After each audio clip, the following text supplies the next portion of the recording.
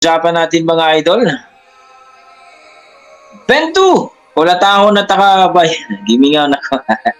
Buisit kami.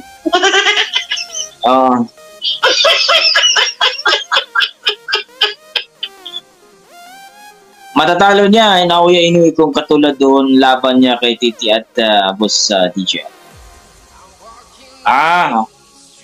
Yes. Actually, idol, no? It depends kasi yun sa mga kalaban ni Cham eh. Well, kung i-compare mo kay Titi at saka Doc Maika, maging ganun din kapag si Naoya Inoue kasi nag-iingat na si Cham. Magulo eh. No? Magulo ang kanilang dahil po mga idol, gusto kasi talaga nila sa mga kabila na kapag lumaban si Cham Casimero, 1 round siguro, 2 rounds, TKO na, 3 rounds, TKO. Pero depende po kasi sa mga kalaban mga idol. Hindi po pwede, pag sinabi ni Casimero, 1 round lang yan. Walang binatbat yan. Hindi po tayo maniwala. Kasi magdepende po yun sa kalaban. Siyempre, part ng hype yun, no? Pero, importante kasi doon, nung nangyaring laban kasi, umakyat ako ni Pau Salud at yun, madaming nagmamarunong dun eh. Tapos mga tinatanong ko, kung may experience ba sila sa boxing, mayroon ba silang may mga tinatanong ako, lalong-lalo yung si Marty. Wala, hindi makasagot. Sabi ko nga, magdepende yun.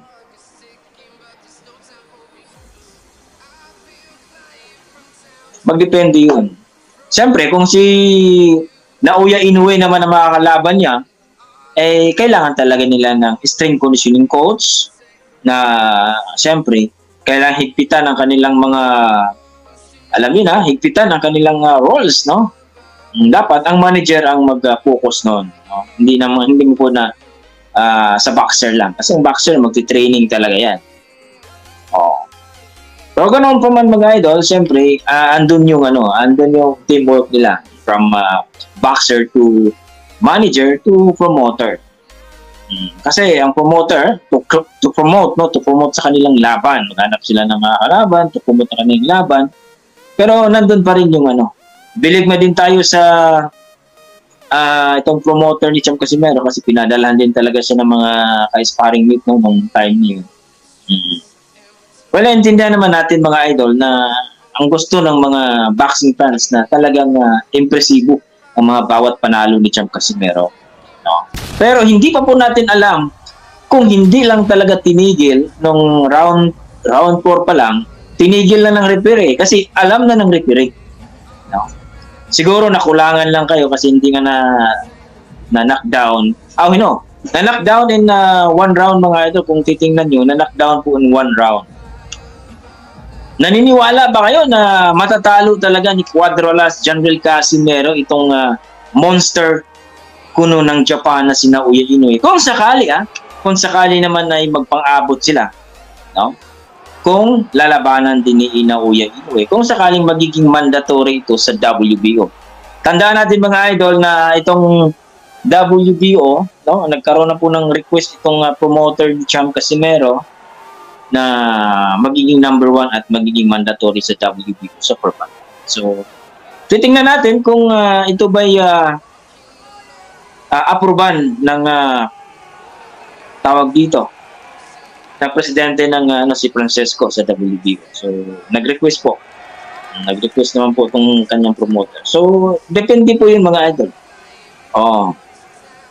Pero kung ang alibay ni Naoya Inoue mga idol dahil mahina si Casimero, alibay yun, napaka mababaw. No, napaka mababaw yung dahilan, ayaw niyang labanan kasi mahina. Mukhang gumawa ng paraan. Kasi kung tutusin mga idol ito, real talk tayo dito. Nung laban kasi Naoya ni Casimero versus Uguni, kung pinatuloy yung laban nila, kahit umabot ng 6 rounds, sigurado TKO yun si Uguni.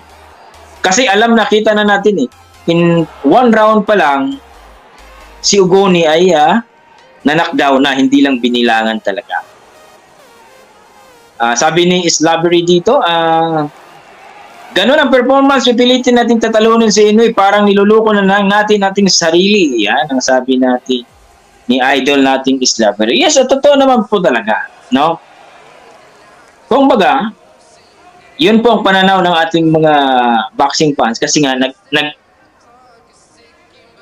nag-aano kasi sila. Nag-assume kasi sila na talagang makukuha ni Casimero in third round na matikio itong si Uguni. Pero umpisa pa lang yun, guys, kasi 1 round pa lang nakita natin na na-knockdown si Uguni, hindi lang binilangan. Ewan ko ba't hindi binilangan yun? Na klaro naman ang suntok ng lipok, no? Matalino ang tinatawag nating quadrans Casimero, no? Kasi tinitingnan niya yung power ni Uguni kung malakas din, no? Unang birada niya talagang body shot yun eh. Body shot. Alam niyo ba kung anong purpose ng body shot ni Casimero? Para titingnan niyo yung reaction ni Uguni kung kaya ba ni Uguni yung mga suntok ni Cham Casimero. Ngayon, umaatras ni si Uguni at nakita ni Cham Casimero na talaga namang nasaktan. So ang punteriya niya, mukha naman. No? Kasi ang mukha ni Uguni medyo kabir na kabir eh. Nung natira na sa body shot, ang nangyari kasi noon, bumaba ng depensa ni Uguni. Ngayon, natira sa mukha. Kung makita niyo yung round 2, medyo lumaylo si Cham Casimero pero ang punteriya niya sa mukha ni Uguni. Kung makita niyo sa round 2, si by the bell si Uguni at nakita nating nasakta na. Sumandal sa lona. So doon pala mga idol, kuhang-kuha na ni Cham Casimero. Hindi mo naman kasing mayroong tinatawag tayo si Cham Casimero kasi hindi kasi tipong boxer na kailangan din niya minsan na kumbaga sabi ni Kuya Lods, kitain mo muna. Susubukan niya muna. At lalong-lalo na nung fourth rounds, sinubukan niya, diniinan na niya. Yun nga lang, nagkauntugan sila, konti lang naman. Kung makita mo yung video, pag suntok ni Cham Casimero Litfok, sabay pagbaba ni Cham Casimero, sinungag din siya ni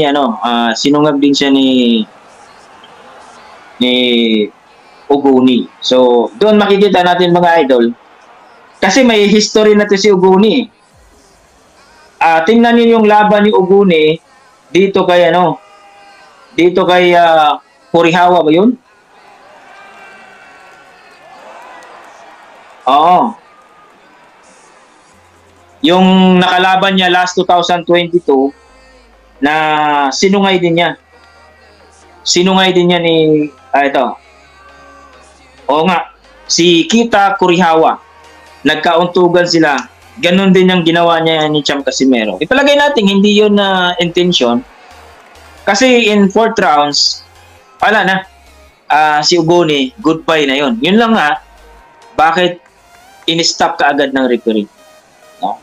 Kasi titingnan mo yan dapat kung gaano kalalim ang sugat. No?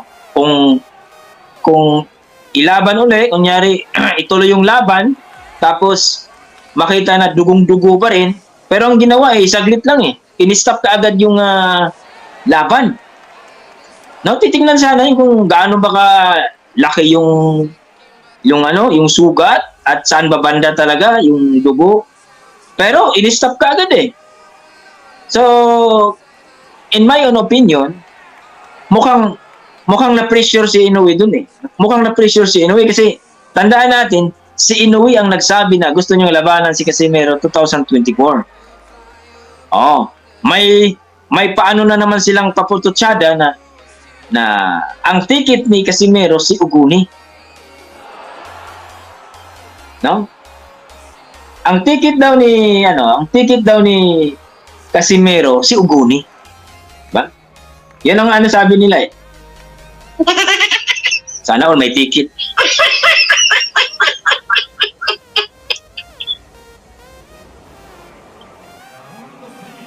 Sad NG, shoutouts para sa akin, hindi yan lalaban dahil takot kung sabihin ng mga bata, kakasakadi ka pa, kakasatigas talong. Kasi mga idol, Kapag hindi tinigil ng referee yon sa 4th rounds at matiki o si Uguni sa 5 rounds o 6 rounds si Uguni, mapipilitan at mahihiya talaga si Naoya Inoue. Mas lalong mahihiya kung hindi niya lalabanan si Cuadro Alas. No? There's mayroon tayong nakitang mirror dun eh. No, mayroon tayong nakitang mirror. Bakit kamo? Bakit tinigil agad? No? Samantalang si Inoue dati, yung natamaan si Inoue dito, talagang dugo-dugo dito sa mata niya. Doon kay Cham Donaire nung naglaban sila. Pero hindi tinigil. Bakit kamo? Bakit hindi tinigil? Nung kay Casimero, na konti lang naman yung bitak nung kay Uguni, pero tinigil agad. Hindi man lang tiningnan kung gaano kalalim, tapos pinatuloy yung laban, dugo-dugo pa rin, yun na i-stop. Ang problema, in-stop agad. Dahil mapasubo sila doon. Kapag matikion na si Uguni in round 5, hindi pa nga natapos yung round 4 ni. Hindi pa natapos yung round 4, in-stop na. So, yung round na yun, round 4 at saka round 5, kung magkaroon ng round 5, doon na malalaman natin kung matikio ba si Uguni. Pero ang problema, paano nga matikio? In-stop na agad ng referee. Dahil, alam natin, kasi kung titingnan yung mga idol, sa baba po, nandun po yung promoter ni Inoue, si tawag dito. Ang tawag, sino pangalan ng promoter ni Naoya Inoue sa Japan. No? Kaya doon pala mga idol, kasi kung hindi yun i-stop, panigurado. Pag matikio yun si Uguni ni Cham Casimero, mapipilitan si Inoue na labanan talaga at sasabihin niya, yung mga sinasabi niya, tutukanin niya. Well ngayon, kung hindi lalabanan, di ngayon, nag-issue. Uy, ganun lang palang performance si Casimero, paano kung lalabanan yan? Diba? Napakababaw kasi kung gusto mong labanan ng isang tao na nagbastos sa'yo, na tinatawag ka ng Japanese turtle, wala na ka ng mga reason pa. Ikasa na yan. Dahil gusto kong patikimin ko ng yan. Di ba? Ganon dapat.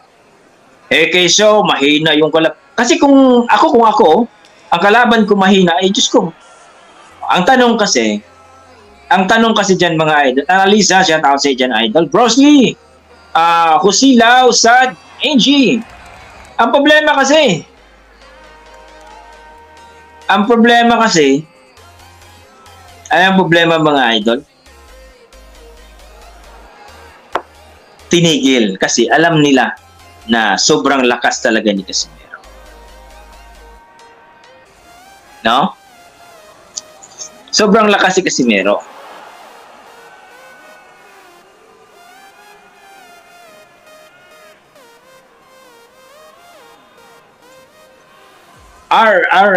R4 Pador Gaming, shoutout sa inyo. Ngayon, kung malakas si Casimero, natikio yon, mas lalong hindi lalaban. Hindi nga lumaban na mahina Ayaw niya lang lumaban ng mahina. Ika nga sabi niya. Ang tanong, mahina ba si Casimero? Ayaw niyang labanan pero lumaban siya kay Butler. Diba? Ayaw niya si Casimerong labanan. Ayaw niya ng belt ng WBO nung bantamweight pa sila. Pero, nung kay Butler na, urada-urada lumaban si Inoue. So, yung mga tao dyan na mamatatalino at magagaling, mag-isip naman. Yung mga magagaling dyan, mayroon nagmamagaling doon sa kay Pau Salud Sino ba yun? Si Marty? Tinatanong ko, hindi naman nakasagot. Maraming nagmamagaling na akala mo talaga may alam sa boxing. Ang tingin mo pag tingin mo pala doon, ano tingin mo kay Casimero? Pagdating sa laban, sugod na sugod hanggang matapos ng 12 rounds? Ano yun? Parang ang tanga.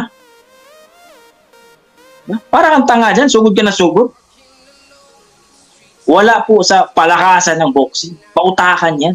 Kung paano mo makuha, madiskartihan, na makuha mo sa patibong mo, hindi yan pwedeng laban ka na Marco TV, shout out siya dyan. Ano tingin mo kay Casimero pagdating doon? Yes, of course, si Casimero po, pagdating talaga sa laban yan, talagang susukatin niya yung lakas ni Uguni. Bakit tinitira ni Casimero ang bawat laban niya mula kay Pilipos, sino pa nakalaban niya, budiga ang tinitirada niya. Tinitingnan niyo yung reaksyon ng kalaban at pahinain niyo yung stamina ng kalaban, lalong-lalo pag malaki ka. Ngayon, siyempre, naisip ng kalaban na tinitira na sa budiga tinitira siya lagi sa budiga. Ang gagawin nun, ibababa niyo yung kumpiyansa, ibababa niya yung depensa niya. Kasi kung magpapakita ka na talagang malakas sa malakas ka, ang gagawin ng kalaban mo, magdidepensa ng depensa lang yun. Kasi takot siyang matamaan sa'yo. Hindi siya magbibigay sa'yo ng kumpiyansa. Kahit ako naman, malakas yan, pusang gala. Pag matamaan ako, iyabo. Ganun yun. Yung mga magaling mag-analyze dyan, ng mga ugok naman, tapos tinatanong natin kung baksidor ka ba o hindi. Hindi makasagot. Tinatanong natin kung anong klaseng baksidor pa si Casimero pag lumaban sa Luna, hindi rin makasagot. Napakasimpleng mga tanong. Tapos, may mga pa-English pang nalalaman. O simple na tanong, hindi maisagot. Marami na mabagaling. Pero pag tinatanong mo, kaya nga, Grisel Donaldillo, ang sagot dyan, labanan mo, mahina pala eh. Labanan mo. Tandaan nyo mga idol, mula kay Kinya Yamasita na basag yung ilong ni Kinya Yamasita. In round 1 ba, basag na ba yung ilong ni Kinya Yamasita? In round 2, TKO na ba si Kinya Yamasita? It take at times. Ha? Pinaglalaruan lang ni Casimero. Kung kayo, hindi kayo believe ni Casimero, alam ko believe kayo eh, pero ano lang kayo, mayroong siguro nakapusta kayo ng round 3 na akala nyo TKO na. Or haters talaga kayo ni Casimero kasi siyempre ayaw nyong manalo si Casimero. Jade, shout out sa Jade. Ngayon, nakita nyo yung mga laban ni Casimero. Si Jason kasi, yung sisisiin nyo lagi si Jason Casimero, yung hit coach niyo. Grabe na ang sacrifice ng taong yun sa pag-meets. Kailangan kung may magdagdag, depende yun sa kanilang manager. Depende yun sa kanilang pag-uusap kung mag-ano sila. Pero mas maganda talaga na may strength conditioning coach. Bakit kamo? Yun talaga ang pinaka-importante. About naman sa mga roles yun, yung paghihigpit, dapat higpitan ng manager. Kasi may manager naman sila eh. Dapat higpitan, kahit ako naman ang manager, higpitan ko sila. Hindi ko pwedeng kung inaalaw naman at binibigyan naman ng tawag dito, approve na, okay, do what you want. Diba? Kung pumupusta ka ng malaki in round 3, kasi inakala mo, in round 3, tapos na si Uguni. Next time, mag-research kayo kung ano ba itong kalaban ni Casimero, anong klase ba itong boksingero. Kasi kayo, dahil sa pagka-haters nyo, dahil sa siguro hindi ko alam kung inggit kayo kay Casimero, tricycle driver yan si Uguni, ganun, world champion yan si Uguni sa super bantamweight, sa IBF. Ibig sabihin yun, hindi basta-basta yun. Malaki pa, matangkad pa, at former world champion pa yan. May pagkabitirano din lumaban. Ganun yun. Pag sinabi ni Champ Casimero na 1 round lang yan, 2 rounds, well, depende sa inyo, maniwala kayo. Ako, depende sa mga kalaban ni Casimero. Depende sa laro. Pero naniwala ako na talagang may kalalagyan ang mga kalaban ni Champ Casimero.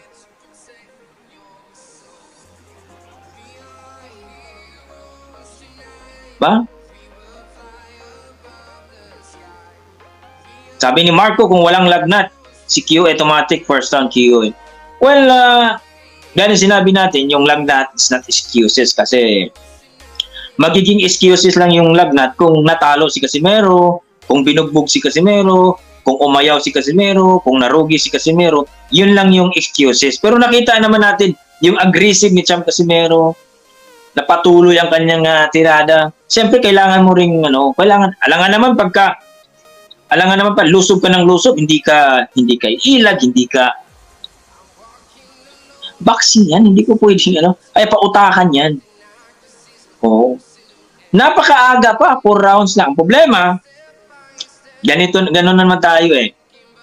Dahil nga, nag-iisip sila na si Inoue yung malaban. Los. Huwag na tayo. Huwag na po na tayong Ramel Cornicio, huwag na po tayong sabihin na, ay, wala na yung ticket ni Inoue. Hindi naman talaga lalaban si Inoue. Ayaw lang niya mapahiya. Kaya, uy, yan, lalabanan ko, mahina yan. Ayaw mo talagang labanan kasi takot ka eh. Ganun lang kasimple yun eh. Alam mo, kung ikaw ay nahiya na minamaliit ka, like for example ni Champ Casimero, minaliit si Turtle. Tinatawag na Turtle. No? Pinahiya ka. O, hindi naman yung ang nagpahiya sa'yo ay pipitsugin lang. Pareho kayong world champion sa bantamweight pero ayaw mong labanan. O, bakit? Anong reason? O ngayon pa kaya na walang belt si Champ Casimero? Of course, there's a reason. Pero, nagbigay kasi ng salita si Inoue na 2024 lalabanan niya. Ngayon, na-pressure siya. Kasi, kapag ituloy yung laban, ituloy yun, hindi yung pina-stop ng referee, ituloy yung laban na yun, at matikiyo si Ogoni, andun po. No? Andun na po yung, nakakuha ng Imagine mo, ayaw mong labanan yung kalaban mo kasi mahina, anak ng tinulang manok. Yeah? Diba? Pononya, shout out sa dyan. Agoy. Oy. Si Minabalaka man sila, no? Oo, si Minabalaka ba? Ano bang? Si Minahadlok ba? Imagine mo. Alam mo palang mahina na si Casimero, nilabanan mo. You have a chance na patulugin mo sa luna si Casimero. Kasi nakala mo. Pero ang tanong kasi mga idol, mahina ba talaga si Casimero? Tandaan natin, 3 hapunang nabiktima ni Casimero. Tandaan natin. Yung mga ugok-ugok dyan ng mga magaling-magaling kuno sa mga eksperto daw sila. Yung pumunta ako sa live ni Pau Salud, yung kahapon, inakyat ko. Wala namang alam pala.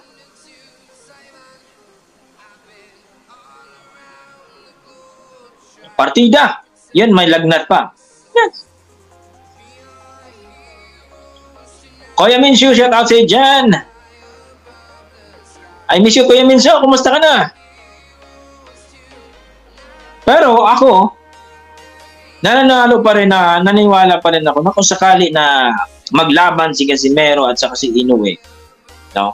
Wag lang yung patandain ni Inoue, wag lang umabot sa 40 si Casimero, lalabanan niya. Pangit naman yun. Kahit kahit next year kung gusto niya, pero depende kasi yung mga idol eh. Ngayon, wala pa po tayong kasi rank number 2. Antayin pa natin yung laban ni Inoue in December 26 kung aakyat pa yan o hindi ba.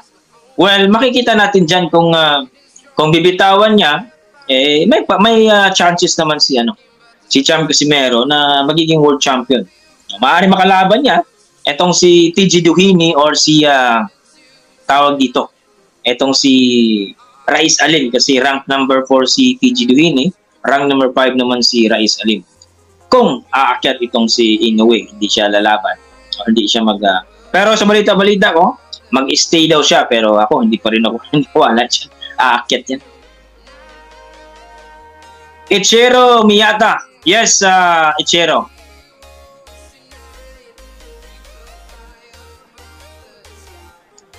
Inoue alias Monster masyadong duwag.